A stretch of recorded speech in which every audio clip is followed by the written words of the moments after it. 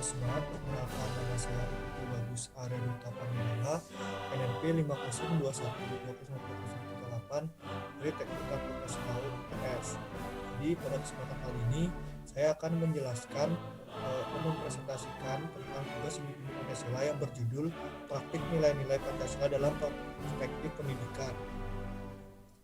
Jadi yang pertama saya akan merincikan beberapa sebab dari pembahasan kali ini. Jadi sebab pembahasan kali ini terdiri menjadi 5 sebab. Yang pertama adalah latar belakang, ada rumusan masalah, tujuan, pembahasan, hasil kuesioner atau observasi, dan yang terakhir adalah kesimpulan. Yang pertama adalah latar belakang. Pancasila merupakan dasar negara dan pandangan hidup bangsa Indonesia. Semua pelaksanaan kegiatan harus berdasarkan nilai-nilai Pancasila dan tidak boleh bertentangan dengannya. Pancasila adalah jati diri bangsa karena nilai-nilainya berasal dari kehidupan bangsa Indonesia. Sejak kemerdekaan Indonesia hingga sekarang, Pancasila menunjukkan eksistensinya yang dinamis terhadap perubahannya. Hal ini menunjukkan bahwa sebenarnya Pancasila merupakan dasar negara yang sangat sesuai dengan bahasa Indonesia. Namun, dalam pelaksanaannya nilai-nilai Pancasila sering diabaikan dengan bahkan beberapa orang mengalami misconception terhadapnya. Pendidikan Pancasila memiliki peran penting bagi kehidupan manusia dari dahulu sampai sekarang. Selain mencerdaskan suatu individu, pendidikan Pancasila juga sangatlah penting dalam membentukkan suatu karakter yang baik dalam kehidupan masyarakat. Dengan adanya karakter yang baik, suatu individu akan selalu terarahkan untuk menjadi lebih menghargai antar karakter yang antar sesama dan menciptakan generasi yang berintegrasi dan lebih bijak dalam mengambil suatu keputusan. Namun dalam perkembangannya dan karena pengaruh dari era globalisasi ini, timbul gejala dehumanisasi atau penurunan derajat manusia. Hal tersebut disebabkan karena produk yang dihasilkan oleh manusia, baik itu suatu teori maupun materi, menjadi lebih bernilai ketimbang penggagasannya. Itulah sebabnya peran Pancasila harus diperkuat agar bangsa Indonesia tidak terjerumus pada perkembangan ilmu pengetahuan yang saat ini semakin jauh dari nilai-nilai kemanusiaan. Rumusan masalah pada materi ini terdiri menjadi 4 rumusan masalah, yaitu adalah bagaimana kondisi moral bangsa Indonesia saat ini, bagaimana pendidikan moral memperbaiki kondisi moral bangsa Indonesia, apakah yang dimaksud dengan pendidikan moral, dan kira-kira bagaimana peran pemerintah dalam menghadapi kepemerosotan moral bangsa Indonesia. Untuk tujuannya tentunya untuk mengetahui kondisi moral bangsa Indonesia saat ini, mengetahui apa itu pendidikan moral, mengetahui bagaimana pendidikan moral memperbaiki kondisi moral bangsa Indonesia, dan mengetahui peran pemerintah dalam menghadapi kepemerosotan moral bangsa Indonesia. Untuk pembahasan pada materi ini terdiri dari 4 pembahasan. Yang pertama adalah kondisi moral Indonesia, yang kedua adalah pendidikan moral, yang ketiga adalah peran pemerintah dalam mengatasi kepemerosotan moral, dan yang terakhir adalah peran pendidikan moral untuk bangsa Indonesia. Kondisi moral Indonesia. Kondisi moral Indonesia, dahulu bangsa Indonesia dikenal sebagai moral rakyatnya yang berbudi pekerti luhur, santun, dan beragama. Sayangnya, citra baik ini tidak dijaga, dan perlu diingat modal kemajuan suatu bangsa sangat didukung generasi yang cerdas, bijak, dan bermoral. Namun akhir-akhir ini gejala kepemerosotan moral benar-benar mengkhawatirkan. Masalah ini bukan hanya menimpa kalangan orang dewasa dalam berbagai jabatan atau profesinya, ini kan juga telah menimpa kalangan pelajar yang diharapkan dapat melanjutkan perjuangan bangsa. Masalah-masalah ini pun telah menjadi persoalan yang banyak menyita perhatian dari banyak kalangan, terutama dari pendidikan, alim ulama, tokoh masyarakat, dan orang tua. Meskipun telah banyak usaha yang dilakukan untuk mengatasi masalah moral, namun hasilnya masih kurang untuk menggembirakan, dan kita patut prihatin atas kondisi moralitas bangsa ini. Dapat tidaknya moralitas sebagai hasil dari pendidikan ternyata tidak bisa disebut membanggakan. Moralitas yang ada justru sangat jauh dari nilai-nilai normatif yang selama ini dijunjung tinggi. Semua itu sungguh sangat disayangkan dan telah mencoreng kredibilitas dunia pendidikan. Para pelajar pun yang seharusnya menunjukkan akhlak yang baik justru malah menunjukkan tingkah laku yang buruk. Dan yang kedua adalah pendidikan moral. Sebelumnya, apa itu pendidikan moral? Pendidikan moral dari segi etimologis, perkataan moral berasal dari bahasa Latin yaitu mores yang berasal dari suku kata mos, dan mores berarti adat istiadat atau kelakuan, tabiat, watak, akhlak yang kemudian artinya berkembang menjadi berbagai kebiasaan dalam bertingkah laku yang baik. Moralitas berarti yang mengenai kesusilaan, kesopanan, santun dan keadaban. Orang yang susila adalah orang yang baik budi bahasanya. Dan menurut WJS Pordarminta, moral merupakan ajaran tentang baik buruknya perbuatan dan kelakuan, sedangkan etika merupakan ilmu pengetahuan mengenai asas akhlak.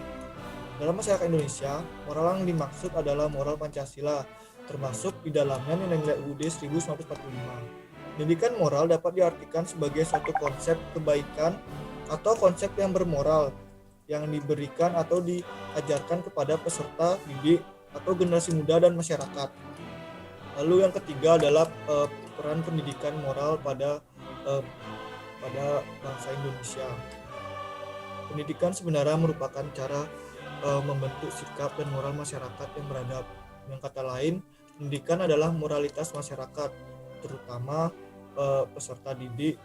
Namun, semua sudah mengetahui bahwa pendidikan saat ini kurang begitu memperhatikan keadaan moral, namun hanya mementingkan segi intelektual saja. Akibatnya, peran pendidikan yang sebenarnya adalah untuk membentuk sumber daya manusia yang memiliki kualitas baik menjadi berubah, menciptakan generasi robot yang hanya melakukan tindakan sesuai dengan perintah, yang dimana diberikan tidak dapat memilih apakah perintah yang diberikan tersebut benar atau tidak.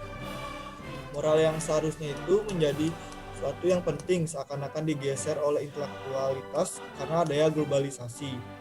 Masyarakat Indonesia meniru adat istiadat masyarakat luar yang jelas-jelas memiliki perbedaan yang banyak dan melupakan adat istiadat atau moral bangsanya yang sudah ada sejak dulu. Bahkan sudah diketahui bahwa dahulu Indonesia terkenal dengan sikap sopan santun dan tingkah laku lain yang baik. Namun semakin bertambahnya usia, bangsa Indonesia justru nilai-nilai moral yang ada bukannya bertambah namun mengalami kemerosotan. Karena inilah bangsa Indonesia tidak boleh dibiarkan begitu saja. Moral suatu bangsa juga berpengaruh pada bagaimana bangsa lain memandang kita. Dan untuk mengatasi hal itu, pendidikan yang hanya mengedepankan intelektualitas saja tidak akan membawa perubahan yang berarti. Namun dengan pendidikan moral, karena di dalam pendidikan moral terdapat nilai norma dan etika yang berpengaruh dalam pembentukan jati diri dan lingkungan sosial seorang, pendidikan moral dapat membentuk moral-moral generasi penerus dengan beberapa cara, yaitu sebagai berikut.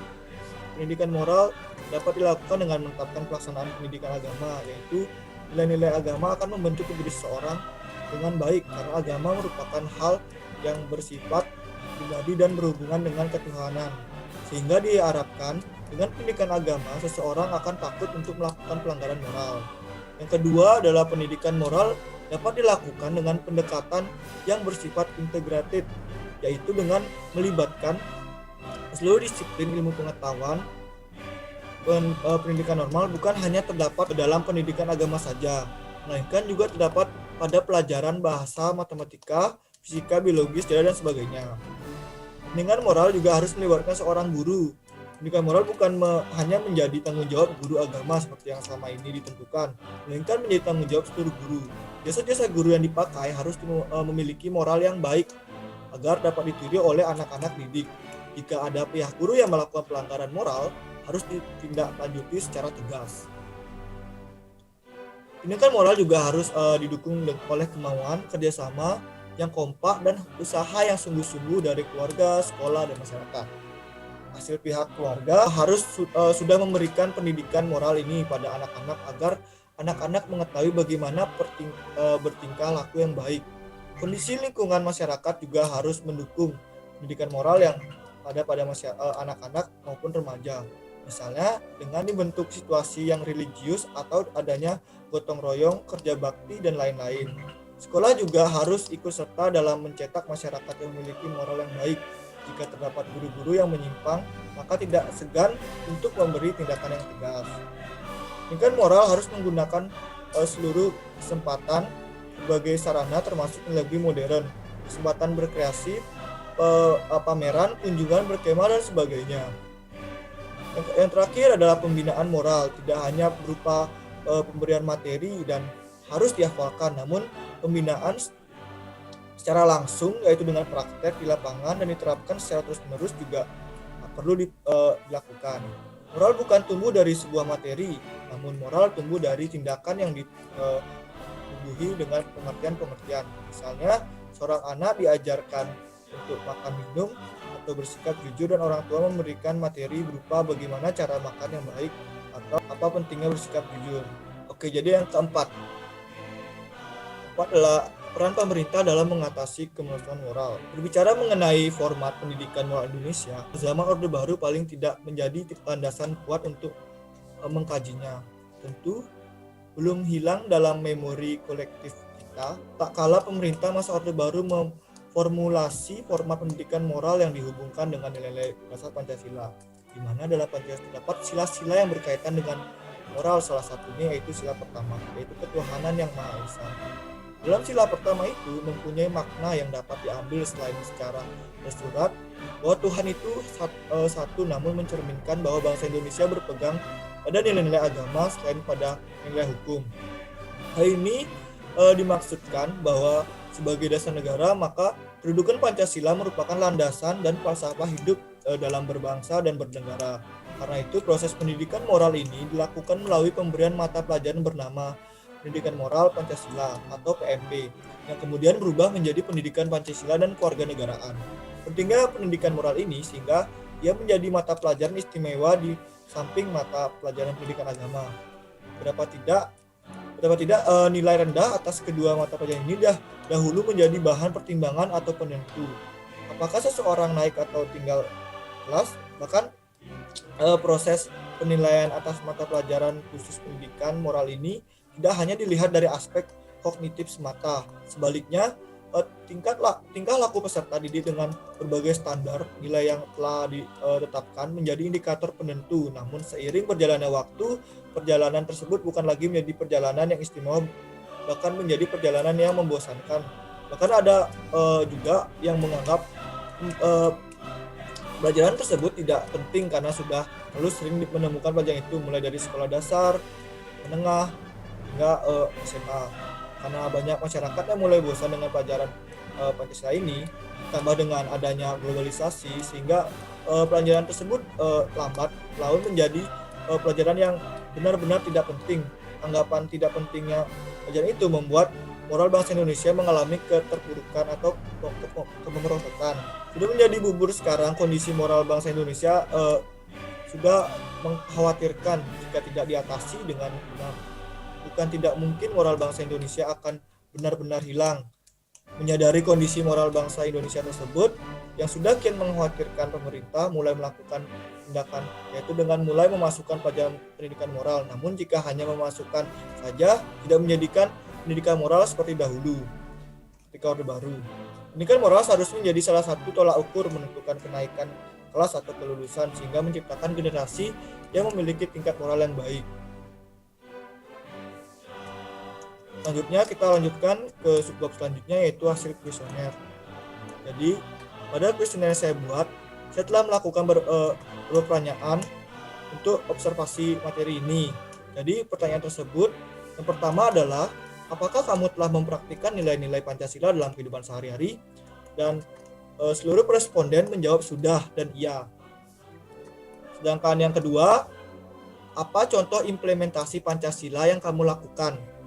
Hasil yang saya dapatkan pada pertanyaan ini beragam. Salah satunya berpendapat bahwa menerapkan sila pertama Pancasila seperti membanten dan sembahyang setiap harinya, melakukan sila kedua dengan membantu orang tua atau saudara dengan membantu jika orang tua ataupun saudara butuh pertolongan, menerapkan sila ketiga dengan melakukan bekerja sama, dan sila keempat dengan melakukan toleransi, sedangkan yang kelima dengan melakukan pembagian tugas rumah secara adil dan merata. Dan yang ketiga yaitu apakah nilai-nilai Pancasila mempengaruhi kehidupan di masyarakat. Seluruh responden menjawab sangat berpengaruh dan iya, dengan alasan yang beragam. Salah satunya adalah beralasan bahwa nilai nilai Pancasila menyebabkan Pancasila memiliki pedoman untuk berperilaku. Hendaknya perilaku-perilaku yang dilakukan sesuai dengan nilai-nilai Pancasila agar terciptanya suasana tertib dan harmonis. Dan pertanyaan yang keempat adalah, apakah pendidikan Pancasila di era sekarang dapat melahirkan masyarakat yang memiliki moral yang sesuai dengan nilai-nilai Pancasila? Dua responden menjawab dapat dan iya. Dua responden juga menjawab tidak dan belum, sedangkan sisanya menjawab tergantung metode pendidikan atau mungkin. Dengan alasan yang beragam juga, salah satunya lah beralasan bahwa ketika semua kalangan mendapatkan pendidikan Pancasila yang baik dan orang tersebut memiliki kesadaran yang baik, pasti akan mau untuk menerapkan apa yang sudah diajarkan oleh pendidikan Pancasila tersebut, walaupun pada kenyataannya masih kurang dalam pengimplementasinya. Ada juga yang berpendapat bahwa karena pada zaman globalisasi ini dan teknologi yang semakin canggih saat ini, ada banyak hal buruk yang bersebaran di internet yang bisa mempengaruhi pemikiran masyarakat Indonesia terhadap nilai-nilai Pancasila.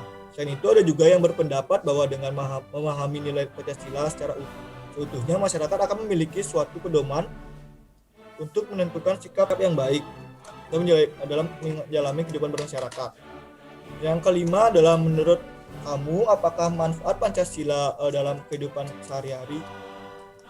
Di hasil dari pertanyaan ini sangat beragam juga. Salah satunya adalah berpendapat bahwa manfaatnya sangat banyak. Contohnya dalam berteman, kita harus tetap menghargai dan mengizinkan teman yang ingin beribadah saat melakukan kerja kelompok misalnya. Ada juga yang berpendapat bahwa dengan menerapkan nilai-nilai yang terkandung dalam Pancasila, kehidupan masyarakat di Indonesia senantiasa akan lebih damai dan sejahtera. Selain itu, ada juga yang berpendapat bahwa Pancasila sebagai dasar negara, pedoman berperilaku, perlindungan HAM, menciptakan keharmonisan dalam intern masyarakat. Pertanyaan terakhir adalah, menurut kamu apa yang harus ditekankan dalam pendidikan Pancasila? Jadi hasil dari pertanyaan ini sangatlah beragam juga. Salah satunya adalah berpendapat bahwa pentingnya implementasi nilai-nilai Pancasila dalam kehidupan sehari-hari. Ada juga yang berpendapat bahwa menghargai satu sama lain itu. Ada juga yang berpendapat bahwa toleransi dan nilai moral dan etika lebih harus ditekankan. Jadi kesimpulan dari observasi atau penelitian artikel ilmiah ini yaitu adalah kondisi moral Indonesia sudah mengkhawatirkan. Pendidikan di Indonesia juga saat ini seperti tidak berfungsi dan menciptakan moral yang baik. Terlebih lagi dengan adanya globalisasi, rasanya moral bangsa Indonesia kian mendekati kehancuran. Dan untuk mengatasi hal tersebut, pendidikan moral Pancasila ini menjadi salah satu cara dalam membenahi moral bangsa yang kian rusak. Setelah dahulu pada waktu Orde Baru sudah dijadikan alat untuk membentuk moral masyarakat. Berdasarkan pendidikan moral dalam menaik kerusakan moral tergantung pada pihak-pihak yang menjalani. Sekian dari presentasi saya. Maaf jika ada kata yang kurang berkenan. Saya ucapkan terima kasih.